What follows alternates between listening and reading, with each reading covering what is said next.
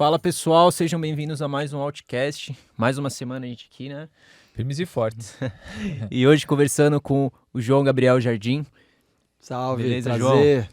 Tamo músico, junto. compositor, produtor musical. E já é o meu convidado preferido porque você trouxe chocolate pra gente, cara. Isso aí, pô, não tem preço.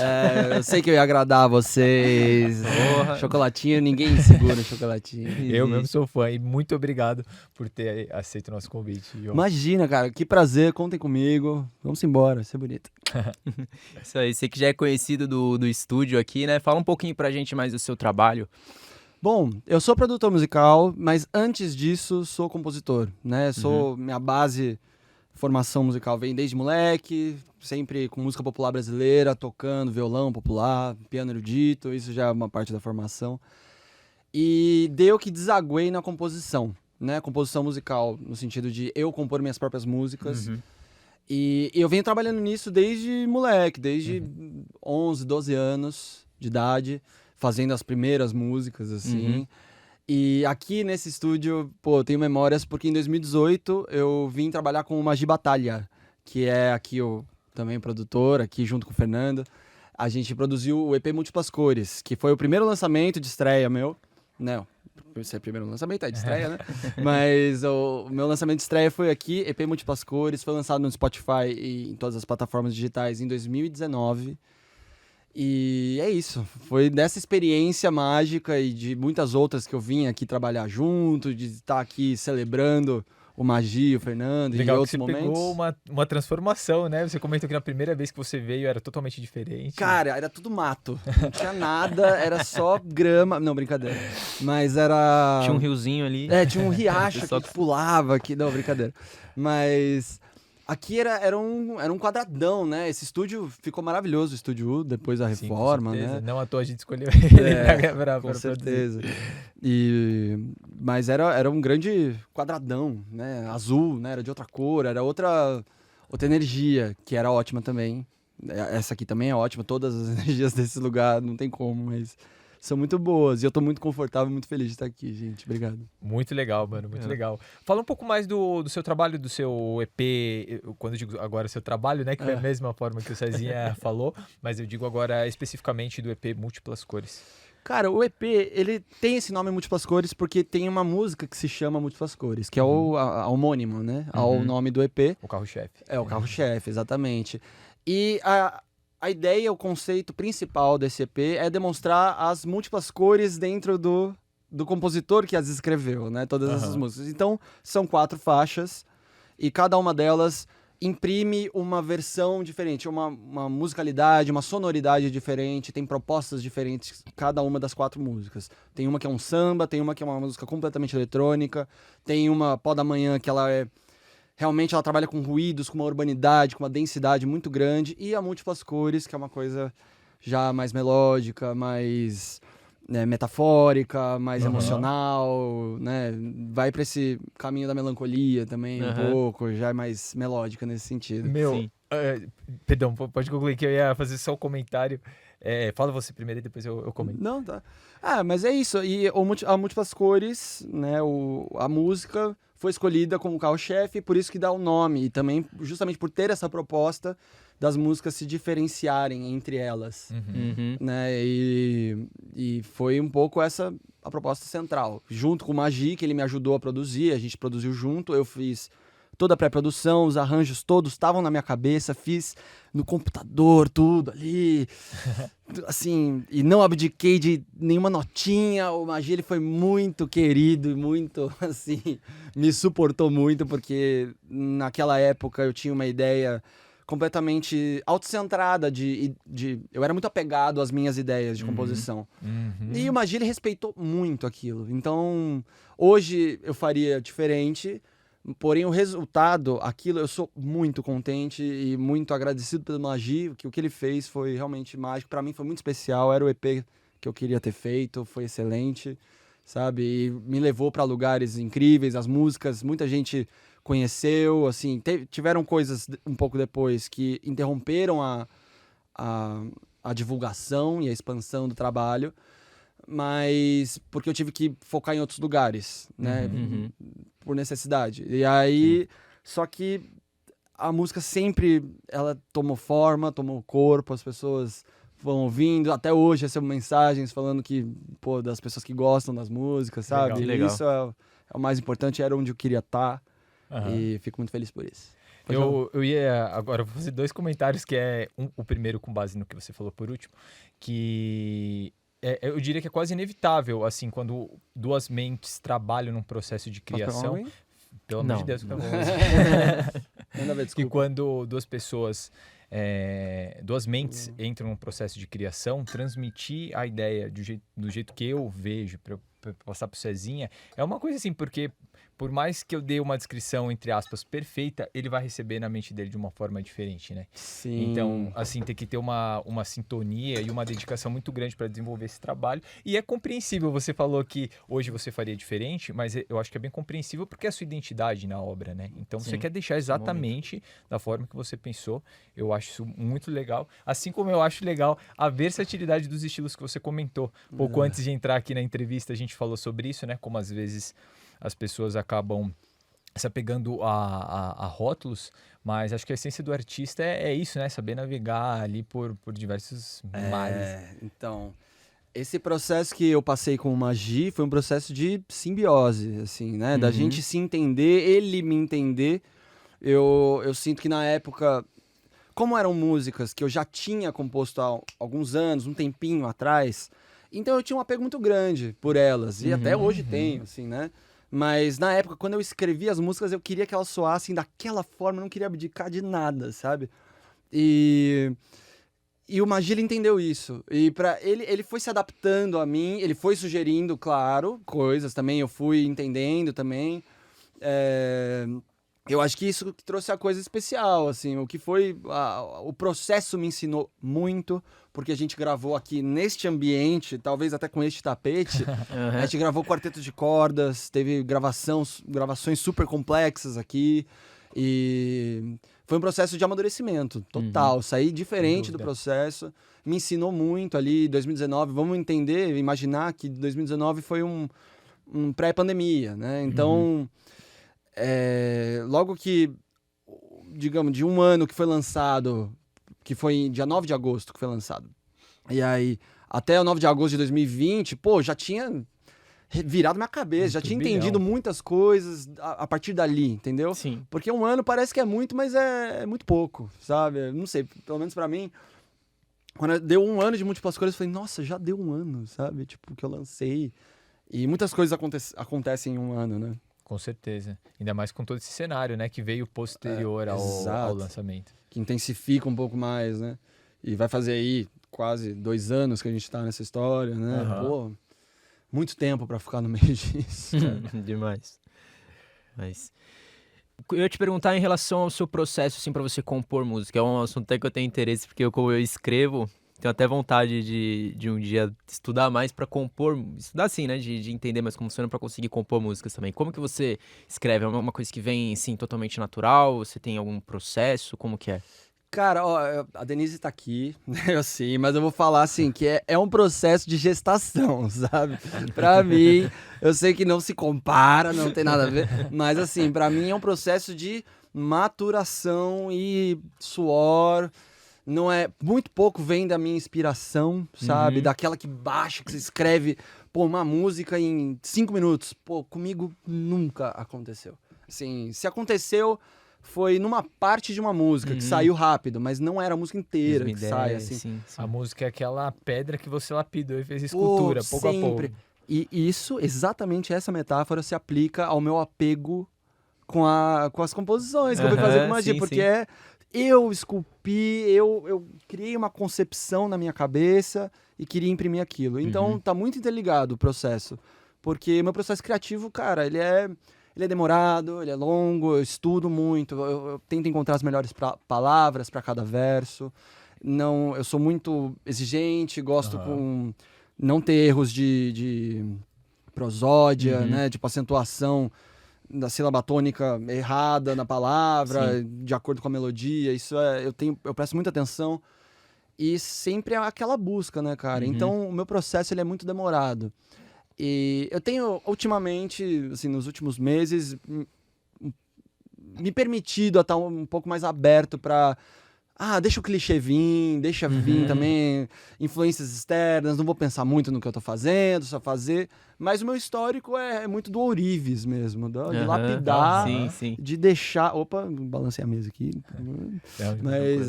Mas é um pouco do ourives no sentido de lapidar a obra até chegar no ponto que eu quero imprimir. E eu sempre, como compositor popular, eu sempre busquei muito a sonoridade única, sabe? Então, é muito raro eu fazer alguma música de um gênero que já existe, que já é, sabe? Eu vou fazer um shot, vou fazer um samba, eu sempre tento implementar alguma coisa nova. Tipo, nova na concepção, assim, né? Que não é o samba tradicional, que não é o shot tradicional. Tem um elemento diferente. Um elemento que seja meu, um elemento que eu misturo de um outro lugar, sabe? De um outro gênero musical. Então, eu tenho muito isso.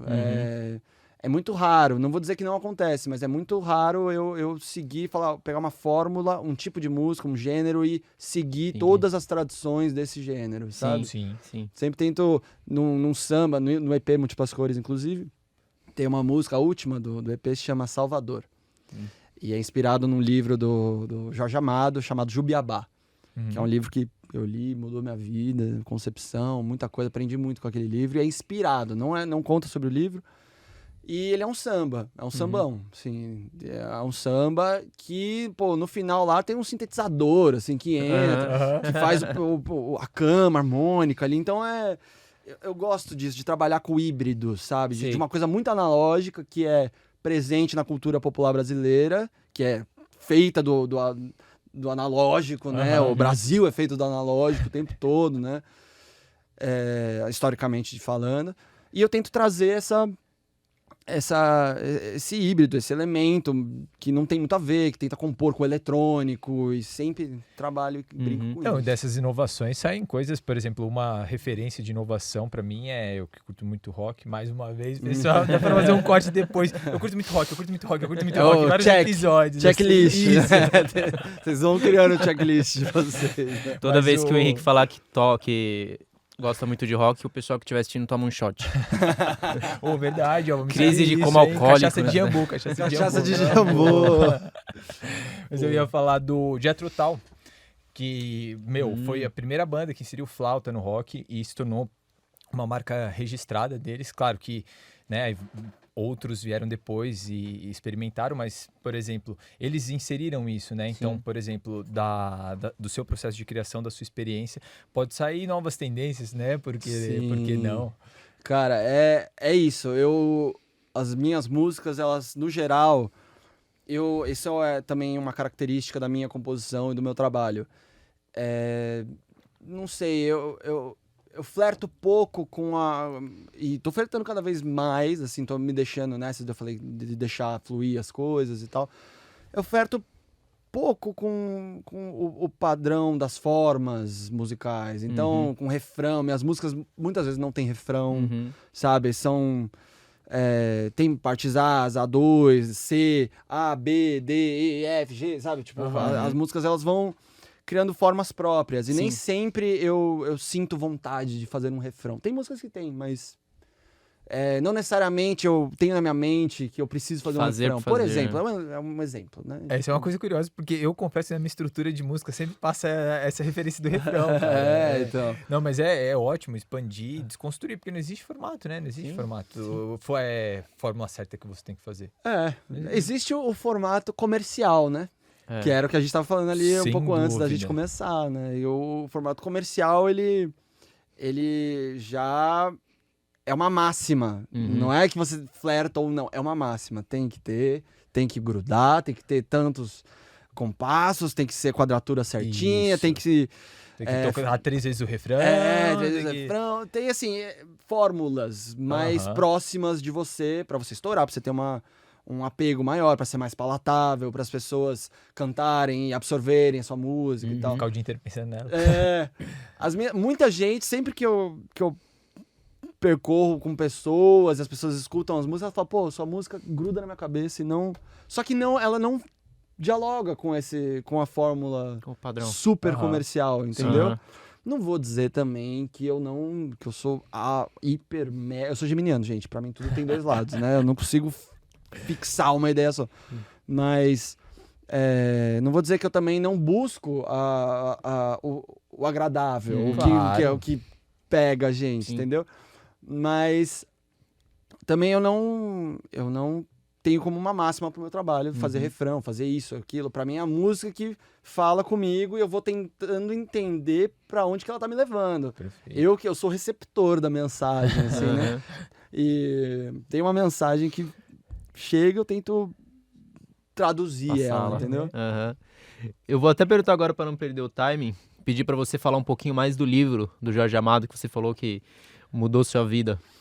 Cara, o Jubiabá, eu vou contar um pouco por cima, porque é uma história, é um livro que eu não reli, eu li uma vez, e pra deixar bem, né, porque eu não sou o grande entendedor desse livro. Sim, sim. Mas é um êxodo de um morador de uma quebrada baiana e de um Morro do Capa Negro, né? O nome do protagonista se chama Antônio Balduino. E dentro desse morro existe o Jubiabá, que é um pai de santo, que dá ensinamentos, que fala com ele. Dentro daquela realidade que ele vive, enfim, ele é sambista, não sei o quê, ele tem esse lado também, que é o Jubiabá falando dentro da cabeça dele durante todo o livro, sabe? O Jubiabá imprime dentro dele uma coisa que ele resgata. Quando as coisas estão difíceis, ele volta pro Jubiabá, e o Jubiabá fala muito do olho da piedade, que tem as frases certas lá, que você abre o livro, você vai ver que tem muitas referências importantes que eu não vou saber traduzir agora, até porque faz um tempo que eu não leio de novo, né? Mas o livro, ele me atingiu muito do processo, do jeito que o Jorge Amado escreveu. Foi uma coisa muito imersiva e muito dilacerante, o caminho que ele vai tomando. E no final do livro... será que eu conto? Não vou contar. Mas ele... É um processo pessoal do Antônio Balduino. Daí tem a primeira época dele ali, ele se descobre compositor, ele morre de vontade, a missão da vida dele é ter um ABC da vida dele, que é como se fosse a história contada por versos que a população, a comunidade local canta a história das pessoas, as pessoas grandes nomes que passaram pela cidade e comunidade. Quando causam uma história grande, importante, essas pessoas notáveis ganham um ABC, que é uma história por versos e cantada, que vira música. Então legal. A vida das pessoas vira música. Isso é incrível. E aí o sonho do Antônio Balduino é ter a vida dele como um ABC, que ele se torne uma pessoa com uma vida celebrada, né? E vem um pouco daí, ele traça e é o processo dele, e ele com essa missão interna e com vários dilemas internos, trata muito de sexualidade também, só que a gente tem que lembrar que, né, os preceitos, os conceitos do livro são de uma época que talvez diferente. Hoje não seriam muito adequadas, a gente precisa separar isso, né? Que é importante. É verdade, entender o período onde a obra aconteceu. Né? Exatamente, cara. Então tem os soldados... o livro foi escrito em 1935. E tem os soldados alemães parando nas docas, lá nos bares do cais, ali falando sobre o hitlerismo, e ele ouvindo tudo em alemão ali, não entendendo. Aí tem os personagens, os amigos dele... Cara, é uma história incrível. Ele se torna boxeador no início. Mas o que pega? O ponto principal. Aqui eu tô contando bem por cima, bem porcamente. Você vá ler o livro lá, Jubiabá. Não, mas a sua sinopse tá excelente, porque eu tô interessado em ler o livro, vontade. Não, vocês leiam o livro. Sério, eu não conhecia, mas a sinopse tá ótima. Porque eu falei tudo jogado, tudo por cima aqui. Depois vocês leem o livro com calma, claro. Com atenção que merece aquele livro. Mas a questão é que é um percurso de vida ali. E ele se depara com muitas missões, muitos dilemas, e sempre carregando o Jubiabá dentro dele, que em momentos sombrios ele aparece para dar algum ensinamento, um guia, dele, o mentor dele. E, é demais aquilo, sabe? Eu li, eu arrepiava sempre, tem momentos ali, tá todo anotado, o livro, o meu livro lá, ele tá todo anotado, rabiscado, porque eu sou desse, né, que... Eu li o livro uma vez, se eu vou emprestar, as pessoas vão entender o que eu gostei, você tava pensando, o que eu tava pensando. Daí é isso. Aí essa inspiração dessa história, dessa trajetória dele, inspirou a minha música chamada Salvador, que é um êxodo, é uma pessoa que sai de casa pra cumprir funções, pra ganhar vida, pra fazer o corre dele, né? Fazer o corre que a pessoa precisa pra sobreviver, pra ter maior expansão financeira e etc. É um pouco sobre isso, mas é uma inspiração, não é um... Eu não conto nem pensar a história do Jubiabá. É a premissa do livro me inspirou na música, só isso. Eu acho muito louco quando obras, assim, em mídias diferentes inspiram uma outra. Tipo, um livro inspirar uma música, assim. E mostra a forma que marca e você conseguir reproduzir isso de alguma forma, né? Posso falar mais um? No Múltiplas Cores tem uma música chamada Noturno, a Janela do Apartamento. Que é simplesmente um texto, é o último poema do livro Sentimentos do Mundo, de Carlos Drummond de Andrade. Então, é o texto, é o próprio texto que se tornou música. E por conta deste texto, inclusive, que foi a causa do crowdfunding que eu fiz em 2019, por direitos autorais. É sempre bom lembrar disso, né? Quando você for utilizar um poema de um grande escritor brasileiro, lembra disso, que talvez você tenha que pagar alguns reais aí pra utilizar aquela obra. E, assim, com certa... Acho que não tá errado, sabe? Porque, no final, é um patrimônio cultural do Brasil, é isso. Tem que ser feito mesmo, sabe? Então, os artistas, escritores, todo mundo que trabalha com a criação, tem que cobrar a sua obra. E não seria diferente com os grandes nomes da literatura brasileira, tipo Carlos Drummond de Andrade, entendeu? Sim. Aí foi todo aquele movimento todo da financiamento coletivo, foi principalmente para fazer essa catarse. Esse catarse mesmo, para recuperar a grana, para fazer esse investimento de utilizar a obra do Carlos Drummond no disco. Conta um pouco mais sobre essa experiência do financiamento coletivo, como aconteceu. Cara, as dificuldades, os perrengues, a conquista, o reconhecimento de gente investindo no seu trabalho. Só de pensar eu tô cansado já. Tô assim já, tipo... Tá suando já. Suando. É um desgaste. Assim, você vai fazer um financiamento coletivo, gente, você tem que usar aquela fita no umbigo por, sei lá, uns 4 meses, assim, sabe? Vocês manjam a história da fita do umbigo? Que vocês tem chakras pelo corpo que absorvem e emitem energias, né? E é uma experiência muito intensa, que você troca o tempo inteiro informação com as pessoas, você tem que estar todo dia online, digamos assim, com stories, com Instagram, fazendo vídeo, falando, estou fazendo financiamento coletivo, vamos contribuir. E é um processo que rendeu frutos, deu tudo certo, mas é muito desgaste. E isso prova o corre que você tem que fazer mesmo porque são meses, cara, são meses. Depende do quanto que você tá, né, quanto que você tá querendo juntar, daí é mais, você coloca pra mais tempo, né? Eu coloquei, se eu não me lembro, eu acho que eram uns 3 meses, 3 ou 4 meses, por aí. E você atingiu mais ou menos o que você esperava? Cara, eu chutei muito pra cima. Eu chutei pra cima. O que eu precisava pro direito autoral do Carlos Drummond, eu atingi. E consegui também distribuir pra outras coisas também. Capa, arte do EP, do designer e tal. E foi tudo feito, sabe? Mas ele não atingiu o 100%. Entendi. Mas pra mim já é uma contribuição, sem dúvida. Você se importa de falar o valor do direito autoral, especificamente? Eu não sei se ele tem problema com isso, enfim, eu não tenho problema com isso, mas era, se não me lembro, uns 3.500, 3.600 reais, assim. Então, que você tem que fazer do nada, assim, né? Você falou, na época, como eu não tinha planejado nisso, entendeu? Eu me deparei com essa informação e fui correr atrás depois, entendeu? Então, falei, diante deste fator, que é os direitos autorais, vou ter que fazer um crowdfunding. E teve um peso, porque não estava na sua estratégia, né? Se desde o começo você já soubesse, talvez tivesse pensado, já mesmo no financiamento coletivo ou em outro caminho, né? Mas pegar de surpresa, assim, tem esse adicional de dificuldade para lidar, né? E eu acho que é uma experiência valiosa, mas eu acho que se você fizer com planejamento, principalmente, você pode atingir muito mais. E É isso. Eu acho que você pode curtir mais o processo, talvez. Sim.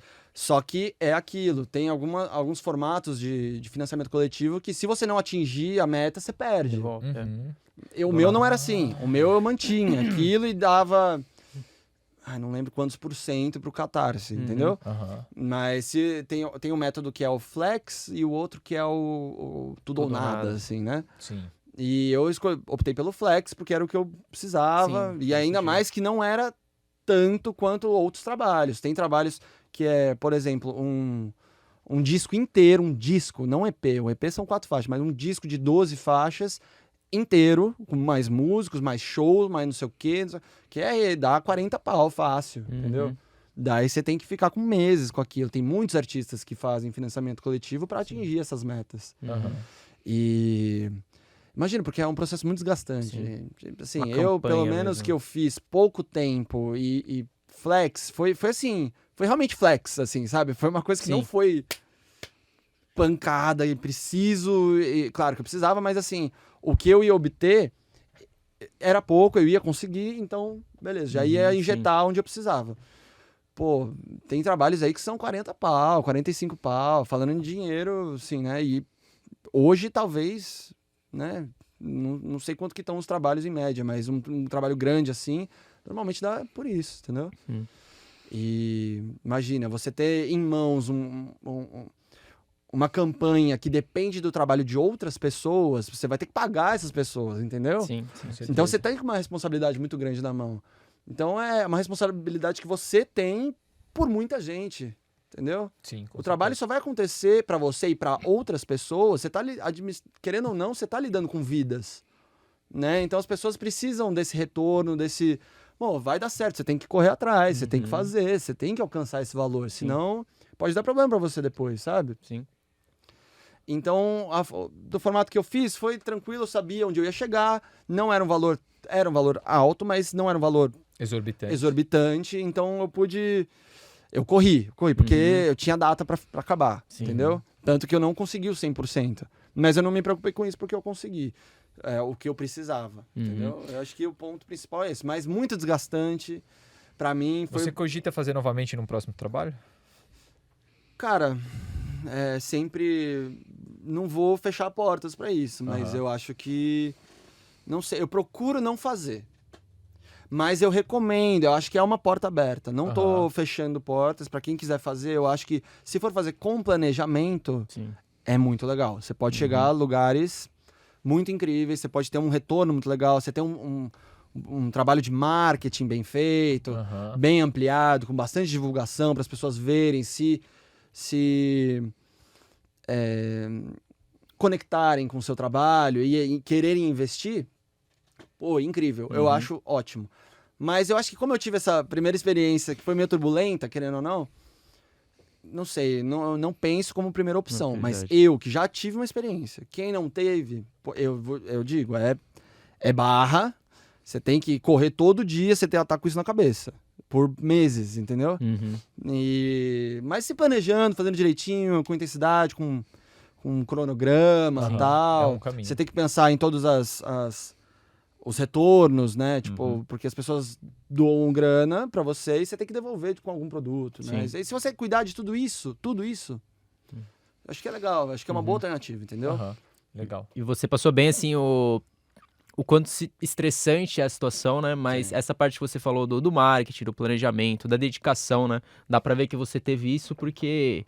Cara, eu conheço muita gente, assim, que já tentou fazer alguma coisa em Catarse, não conseguiu e criou uma frustração, uma rejeição.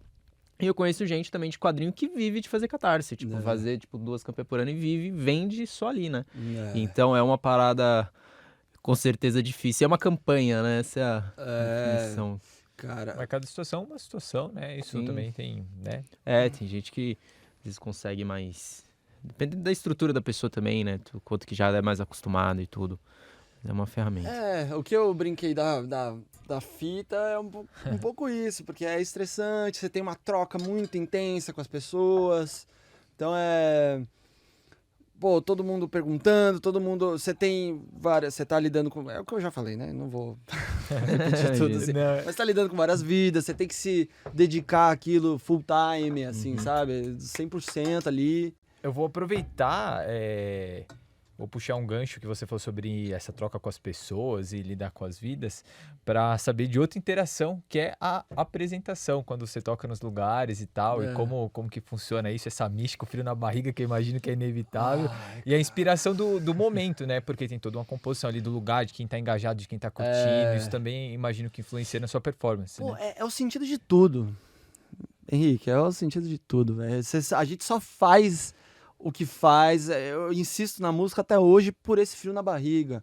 E por entender que o que eu tô fazendo é uma criação minha, só que vai tomar forma e vai fazer parte de você, vai fazer parte de você, vai fazer parte de quem estiver Com lá, certeza. eventualmente, sabe?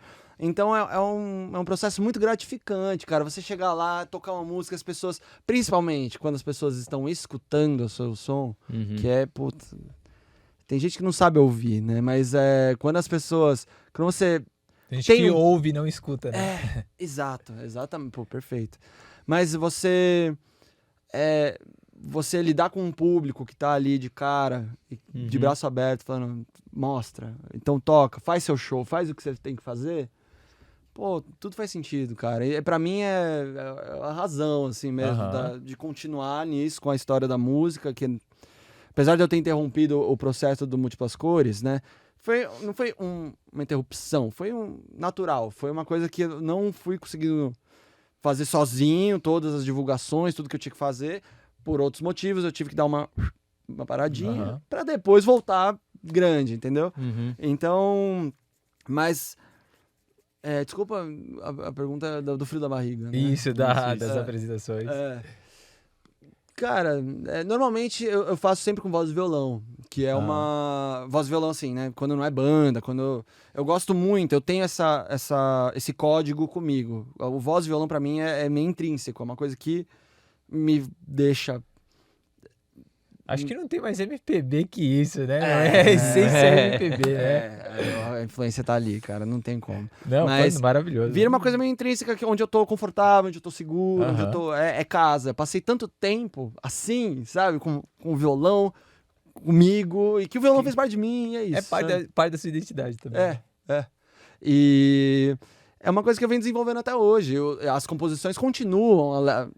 Claro, muitas músicas foram feitas depois do Múltiplas Cores. E eu tô fazendo até hoje. Tem músicas assim, que tô compondo agora, nesse momento, assim, sabe? E... Você tem se apresentado recentemente, assim, agora que o movimento tem voltado, né, dessa parte mais boêmia, assim, mas você tem se apresentado? Cara, com música autoral, não. Mas eu tenho, com música popular, com repertório em si, eu já comecei a fazer mais rua, fazendo bar, voltei já com essas apresentações mais... Que é o trabalho do músico popular, né? Tipo, então... Já tô voltando mais com isso, as produções de audiovisual e de produção musical mesmo também as coisas já estão voltando um pouco mais ao normal. Então as coisas têm voltado, mas durante todo esse tempo fez uma falta gigante, né, cara? De ficar sem o palco, ficar sem o retorno. E também todo mundo dependendo ali da telinha. Cara, você tinha que produzir muito pra telinha, sabe?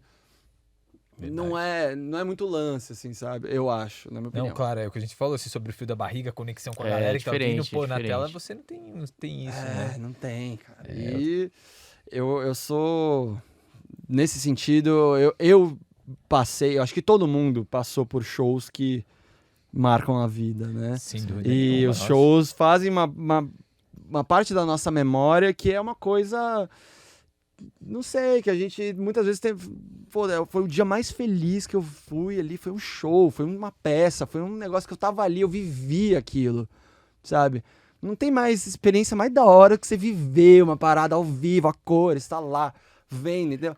A telinha é legal, acho o máximo, acho, pô, TikTok, tem que fazer. Hoje tem que fazer tudo. é uma via fundamental, né? Não tem como você executar qualquer trabalho sem explorar isso. Exatamente. Só que daí acaba indo pra esse lado de, pô, pro setor cultural, isso daí é... Pô, não, isso tem que separar uma coisa da outra. O setor vai enfraquecendo, né? Tanto no investimento quanto demanda. É complicado isso, sabe? Eu acho que é uma linha muito tênue, porém ambos são extremamente necessários. Eu acho que a tecnologia, o virtual, todas as redes sociais estão aí pra isso. Sabendo usar. Sabendo usar. Fundamental. Gente, eu tô falando demais. Desculpa. Não, que é isso. Não, você veio aqui pra isso. Quer que eu pergunte um pouquinho? Entrevista, a gente troca, sei lá. Né? Eu achei legal, só não vou deixar de comentar que você falou, que eu uso exatamente essa referência em alguns shows, assim, que eu falo, foi uma das noites mais mágicas da minha vida, velho. E realmente é uma coisa que a gente guarda e é um valor imensurável, né? Na verdade, não tem valor que pague. Exato. E esses shows, assim, os shows que a gente tem que marcam a nossa vida, muitas vezes são artistas grandes, né? São bem produzidos, são mega produzidos, tem um investimento, tem estrutura. Quer dizer, eu tô falando, na maior parte das vezes, né? Tô fazendo, não que todos, mas assim, geralmente a gente vê um artista grande de fora, ou um grande do Brasil, que já tem uma estrutura, já tem uma história gigantesca. Mas essas noites podem muito bem ser noites de artistas que estão do nosso lado, assim, sabe? Que estão próximos, que estão acessíveis. Às vezes a gente se conecta muito mais perto do que a gente Sem dúvida. Às vezes vem o cara e canta a música que você precisava ouvir naquele dia, naquela vibe ali, aquilo... Uma das histórias favoritas que a gente... ganhou aqui através do Outcast, que eu não conhecia o Fausto, né? Então, obviamente, não conhecia a história, que ele é músico, ele é pintor, e ele contou de um dia em que ele saiu assim, perrengue, eles estavam com a grana só de condução, e foram expulsos, não lembro se do ônibus, do Isso trem. lá no Rio, né? Isso, lá no Rio, exato. E, o começo do dia dele foi super difícil, eles querendo, não corre, né? E ele não desanimou, falou, não, parece que é aquele dia em que não vai dar nada certo e tal, mas vamos até o final. E foram, e aí a maré virou em um determinado momento, que eles foram tocar na praia, e eles conheceram um grupo de argentinos que estavam turistando, que o cara viu neles uma atração, e ele começou a fazer show pra galera, a galera curtiu, e depois ele seguiu num bar onde ele tocou, e um casal, o rapaz pediu a moça em casamento. Curtindo o som que eles estavam tocando. Olha como faz parte da história da pessoa, olha isso, né, cara? O casal nunca vai esquecer dele. O casal nunca vai esquecer. É o seguinte, eu tenho agora, nessas últimas semanas, eu tenho feito bastante rua. Né? Tocado, pegar todo com as sacolonas lá, você vai sozinho, muitas vezes minha companheira, minha parceira Bia, ela me ajuda nesse corre. Quem tá do lado paga o preço, tá? Quem tá do lado sempre vamos lá, você me ajuda nisso, me ajuda. E será reconhecido. E será reconhecido, com certeza. Não, sempre vou falar aqui, porque é foda não reconhecer, né? Mas assim, no lance que a gente foi lá e eu tenho feito rua, e é uma experiência, muito legal, muito legal. E com repertório popular, de música popular brasileira, e autorais também e tal. Mas é isso, é uma porta muito grande. Tudo pode acontecer na rua, né? Como na praia, como no bar, como não sei o quê. Esses dias, cara, eu fiz e eu não lembro que música eu tava tocando. Enfim, terminei uma das músicas, né? E chegou um cara e já tinha... Sempre tem umas pessoas que param, que ficam ali. Com uma pandemia, as pessoas um pouco... Né, não é da hora aglomerar todo mundo. Então a gente já sempre entre uma música e outra, a gente fala, galera, não vamos aglomerar total, não sei o quê. Só que teve um cara lá que ele gravou uma música inteira, assim. Daí ele chegou perto, terminou a música, ele chegou perto de mim, assim, falou, com sotaque português de Portugal, tá? Não sei o que, brincadeira, não sei imitar, né? Eu sou horrível imitador, qualquer coisa. Mas, daí ele veio com um sotaque todo diferente, que eu fui entender que ele era português, né? Ele me contou ali, Joel era o nome dele. E era um cara já devia ter uns 50, 60 anos já. E ele tava de máscara, já tal, dia frio, São Paulo, né? Aquela história toda, São Paulo, clássico dia paulistano. E aí ele chegou pra mim e falou, cara, o meu filho, ele tá, eu acho que em Portugal ou na Espanha, já não me lembro do detalhe, mas ele falou assim, ele acabou de sair de uma cirurgia, de uma doença grave, de uma doença... Qual que é daquelas... regenerativa, não? Qual que é o nome? Degenerativa. E ele fez... É uma cirurgia importantíssima, assim. Ele acabou de sair, ele tem 8 anos. E olha aqui a foto dele. Ele mostrou, cara, molequinho entubado, uma foto no leito do hospital, super sensível. Só que o molequinho, assim, positivo. Tamo aí, sabe? Positivo. Cara, pra mim aquilo mexeu. Ele falou, toca uma música pra ele, vai, não sei o quê. Deu, é lógico, cara. Daí eu toquei. que eu me lembro, eu acho que foi João e Maria do Chico, que eu cantei pra ele, assim, e mandei um salve, mandei um beijo, o pai começou, pô, chorar, assim, sabe? Ali, não, tudo ali, em questões de segundo, assim, sabe? Pô, é claro, comecei a cantar, cantei a música toda, falei, pô, o nome dele acho que era João Miguel. Deu um beijo, um abraço pro Joel, pro João Miguel, mano, vai dar tudo certo. Obrigado, força aí que, mano, vai valer a pena tudo esse processo, você vai passar, vai vencer. E o pai, pô... E você sai de casa na manhã sem sonhar que uma coisa dessa pode acontecer com você, né, bicho? E aí acontece, é fantástico. E são histórias que vão ficando, são trocas muito fortes e... Tirando ali na rua, é muita gente, então muitas histórias contadas. Teve um cara aí, pô, outro dia... Quando que foi? Acho que foi domingo agora, último domingo. Pô, o cara que era paraibano, falou, pô, já devia ter uns 60, 70 anos, assim, e tal. Já veio todo... Sabe tocar Raul Seixas, não sei o quê. Eu conheci o Raul Seixas, não sei o quê, contou uma história. É bem jeito de dizer, esse jeito assim mesmo. Eu já conheci alguns, chega bem incisivo, assim. Você sabe tocar Raul, mas, pô, assim... Mas não foi no incisivo... Isso não é negativo, isso. Mas o cara, ele tava feliz de estar ali com a máscara.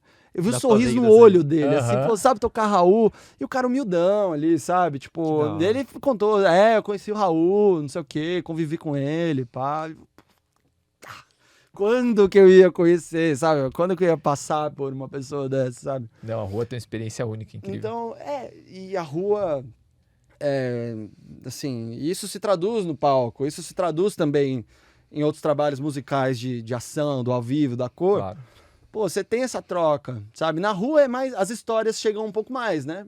Mas no palco você cria ali uma exposição que é sua. Sim, né? sim, cria mais na atmosfera. E é isso, mas a troca é a mesma. A intensidade, você vê o olhar das pessoas. Eu gosto muito do ao vivo, cara. Não tenho como, eu não consigo me conformar com só a tela, sabe? A tela é legal, adoro, mas a vivência pra mim é a coisa mais importante. E a música traz isso. Sem dúvida nenhuma. Falando isso de te conhecer, né, que a gente nunca sabe quem que a gente vai conhecer na rua, lembrei de uma história muito boa de um amigo meu que ele é desenhista e ele trabalhava na Liberdade fazendo...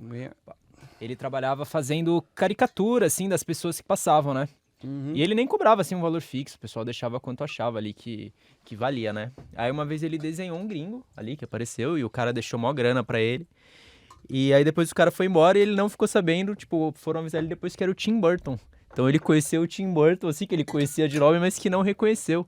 Caralho, eu falei, meu, sensacional, imagina esses negócios que acontecem. Que pariu, mano, nossa, foda. E tem essas histórias, assim, tipo, esse pai da criança ali, pô, ele, na hora que eu terminei, ele já tava emocionadíssimo ali. Não tem como você não ficar emocionado junto. E eu também sensibilizado ali, ele chegou, pô, ele fez uma transação ali, falou, ó, tá aqui, mano, pra você, sabe? Eu não acreditei naquilo. Tipo, porque rua ali, muitas vezes as pessoas, ainda mais pandemia, não sei, as pessoas estão evitando também, a gente dá o toque de falar, ó, pode colaborar, fica à vontade, mas assim... Não aglomera, não precisa, sabe? Tipo, vamos colaborar, conscientizar que é um trabalho que está sendo feito aqui, que vocês podem colaborar, né, com ele, incentivar a arte de rua. Só que daí o cara... ele deu um valor que foi meio fora ali da curva. Do costumeiro, do costumeiro. Você fala, pô, tem uma galera lá que, enfim, que doa um pouco mais, tem outros que não...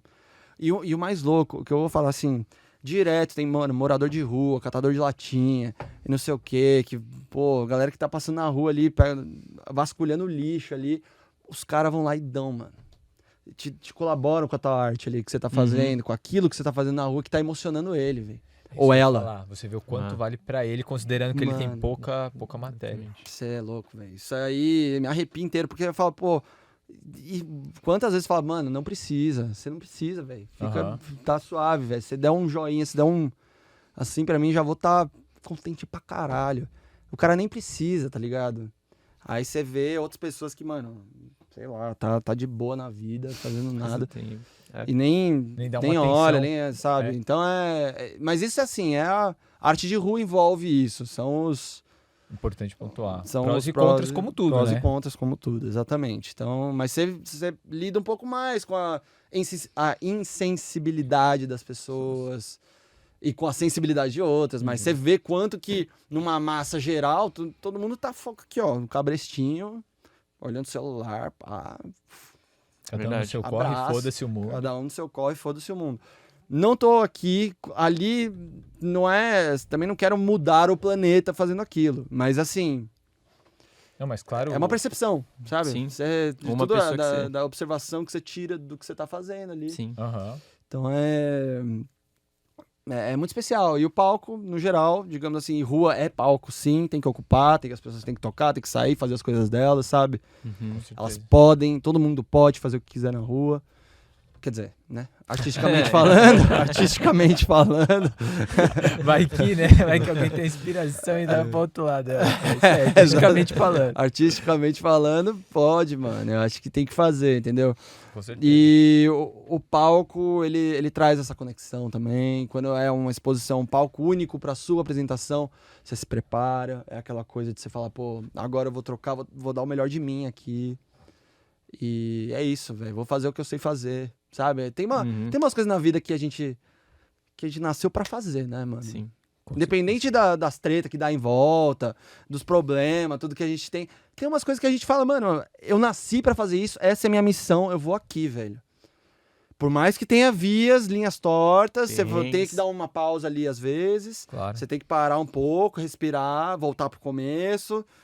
É muito forte isso, cara. São missões que a gente tem que fazer. Então ali o palco é isso. Pros artistas, no geral, o palco é essa missão, que o ciclo fecha ali. Você fala, caralho, consegui. Eu tô aqui. Nem que seja pra 2 pessoas, 3, 4, 5. Eu vejo como um exercício fudido, assim, mental, de autodomínio, porque o cara tem que ter um controle pra não deixar a emoção independente, nem perder o foco de uma emoção muito positiva que recebe, nem também, não sei, de repente o cara chega numa apresentação, ele tem uma expectativa de que pode ter, sei lá, 50 pessoas, chegar na hora 10. Mas, velho, são 10 pessoas que estão ali dando atenção pro seu trabalho. E você não pode deixar uma possível frustração tomar conta do seu emocional e você vai desempenhar um show meia boca. Não, disciplina. Então, assim, quando o cara faz isso, você fala, meu, o cara é bom, é o que você falou, o cara nasceu pra fazer aquilo. Isso é difícil, tá? Não é... Isso aí não se... Isso aí que você falou, cara, é um ponto... Um desafio grande, É um desafio gigantesco e é uma coisa assim... Se aprende a fazer isso. Porque nenhum artista que tá aí na televisão, que tá aí, isso aqui, só nasceu assim, sabe? É uma coisa que você aprende com muito baixo, com muito, sabe? Querendo ter 20, 30 pessoas, vem 5, vem 10, vem não sei o que, sabe? Meus amigos, mas, pô, mano, é isso, é o passo a passo e você vai aprendendo ao longo do tempo. É claro que quando a gente fala de... Né, a gente passou pelo tema de planejamento e tal. Quando isso tá em pauta, quando você tá ciente do que você tá fazendo e do caminho que você tá percorrendo, você pode ter mais preparação para isso também. Você pode querer, e é bom às vezes se preparar para isso, se preparar para o palco. Não é nem mudar o jeito de ser e de pensar, mas é a disciplina, é isso que você falou, mano. É tipo, não arredar. Não arredar. Vai que vai com medo mesmo, vai chateado, mas tem que ser, é a missão, tá sendo feita ali. Isso. Cada e um é parte tem a do missão. processo, da caminhada, né? É o que Sim. você falou, ninguém começa bombando. Todo mundo passa por um começo, né? Todo mundo passa por um começo, cara, e muitas vezes incompreendido, às vezes dá certo de cara, mas não é a maioria. Sim, Não é a maioria, nem a pau. A gente tá aí, nós 3 fazendo, todo mundo aqui, todo mundo, né? Tem um caminho que tem que percorrer e que às vezes não é fácil, você vai trombando. E às vezes é tirar a vida te dá limões. Você vai lá e faz uma caipirinha. Você não faz nem a limonada, você mete Já a pula, já caipirinha. evolui. Entendeu? Você mete a Já caipirinha. foi perfeito. E eu vou aproveitar que você falou de bebida e vou perguntar, você gostaria de cortar e tomar uma xícara de café?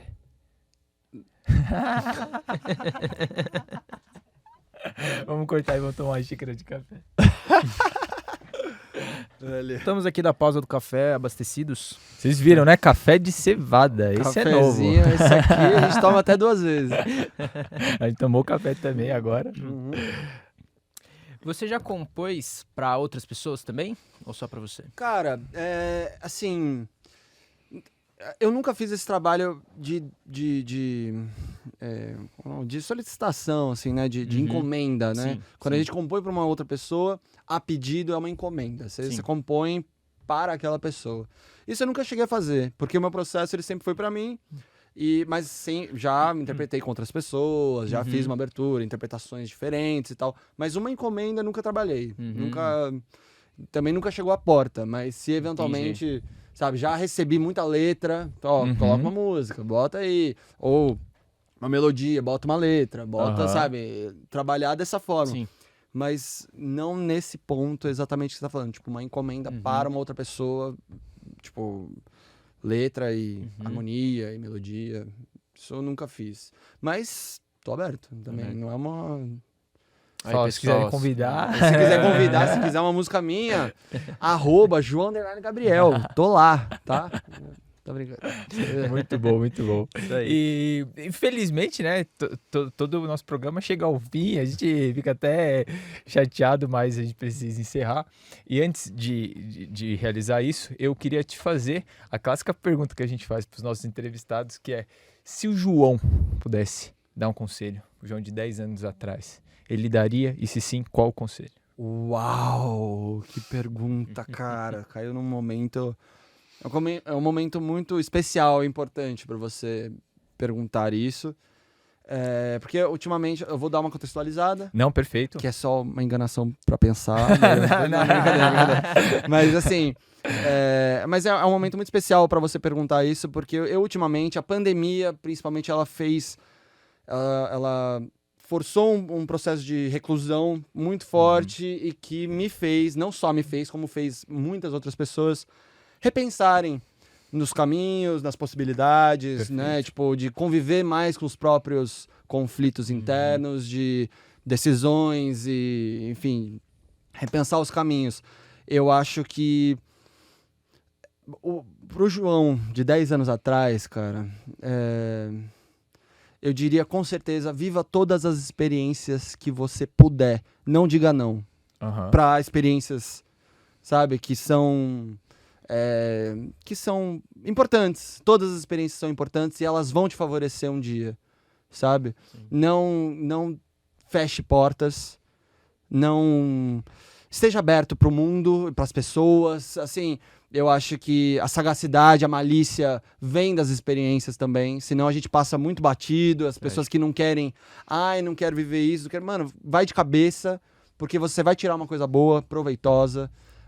Então viva, mano, todas as oportunidades que vierem, que baterem à sua porta, mano, pega elas com a maior força do mundo e faz com vontade, sabe? Porque por mais que você não goste da experiência, ela vai te ensinar uma parada. Não só sobre a experiência, mas sobre você. Perfeito. Sobre o que é pra você, o que não é, o que você... tirou daquilo, para você pensar e ter um leque de possibilidades de vivências para você se moldar, sabe? E caráter é uma coisa que realmente importa e tá diretamente ligado com as decisões que você toma, profissionais, pessoais. Você tem que ter vivências para saber melhor percorrer, sabe? Tem que saber... Tem uma frase de Milton e Elis, no Clube da Esquina número 2, que é um disco deles, que lançaram em 78, se eu não me engano. E tem uma música chamada O Que Foi Feito de Vera, né? Que é uma música do Milton, se eu não me engano, com o Fernando Brant. Desculpa, gente. Imagina. E existe uma frase nessa música que fala assim: é preciso saber o que foi feito para melhor prosseguir. E é uma coisa que falta no Brasil, falta nas pessoas do Brasil. E você tem que saber a sua história para melhor prosseguir, para você ter um sentido maior, um motivo maior para você perseguir aquilo que você quer e filtrando, para você não esbarrar com coisas que você não quer e que não precisa, que não te são úteis. Por isso que você precisa vivenciar coisas que não são úteis, que não são legais, as piores experiências, assim, nesse sentido de aprendizado, né? Para você amadurecer, fortalecimento mental e de você ter mais confiança no seu caminho. Então viva todas... Joãozinho de 15 anos, viva todas as experiências mais... parece clichê, mas eu tô entrando num ponto que é meio Não, mas não só pela contextualização, mas pelo complemento, assim, da sua resposta, eu achei sensacional. E enquanto você estava falando, eu lembrei de um trecho de uma música do Lulu Santos, né? Que ele fala de gente com mais habilidade para dizer mais sim do que não, né? Então isso realmente eu imagino eu acredito que muda a nossa experiência na vida como um todo, né? E eu ia brincar, ia falar, você vai voltar 10 anos e mostrar o filme Sim Senhor, do Jim Carrey, onde ele tem que falar sim pra tudo, né? Mas... E que leva ele a coisas boas no filme, né? Exato! É um filme meio que uma comédia clichê, mas eu adoro. E que pode acontecer mesmo, de começo ver uns perrengues e de repente te leva num lugar que você fala, olha onde eu cheguei. Mano, mas é claro que ali no filme ele coloca um caminho clichê e é uma proposta fictícia e tal. Mas assim, se você se coloca... Eu acho que eu nem tô falando pra... A gente tá se estendendo, era a última pergunta, era pra Fica ser tranquilo, e tal, né? Mas era, assim, só concluindo agora. Então, porque a gente coloca... Não é pra falar sim pra tudo e pra... Se te oferecerem crack. Não é isso. a ideia. Exatamente. É assim, mas... Pra experiências que você sabe que vão te acrescentar, por mais que você não goste, que você precisa passar por algumas coisas antes. Sim. E isso, aquele dia chuvoso que você pega um freela ali pra fazer, às vezes você meio que desanima, será que eu vou ver, não sei o que, você fala, não, porra, você tem que ir, meter as caras. Passa o perrengue, passa o perrengue, você vai contar depois do perrengue, você vai saber como lidar de novo, com o mesmo perrengue anos depois, você vai saber lidar. Verdade. Entendeu? Então, quanto mais repertório você tem na cabeça, melhor você consegue prosseguir, melhor você consegue se expressar, melhor ser humano você vai se tornar. Sim. Então, eu acho que é por esse caminho. E independente da área que você atue, que seja artística, que seja financeira, que seja corporativa, que seja, enfim, independente da área que você... O caráter vai fazer a sua vida e no final, quem sabe, você pode ter um ABC seu. Sim. Perfeito. Encerrando com chave de ouro essa referência, nada mais a dizer. João, muito obrigado mais uma vez por ter vindo aqui. Que isso, gente. Obrigado pelo chocolate de novo. Muito importante. Cara, eu já entendi o que ganha eles já. Os próximos convidados, não, brincadeira. Gente, nem tanto, gente. Agradecido. Obrigado pelo espaço, foi uma delícia estar com vocês, tá? Pra gente também. Valeu mesmo, obrigado foi mesmo. demais, foi demais. Parabéns Muito pelo obrigado programa. mesmo. Valeu mesmo. Valeu, pessoal. Até o próximo Outcast. Falou. Tamo junto.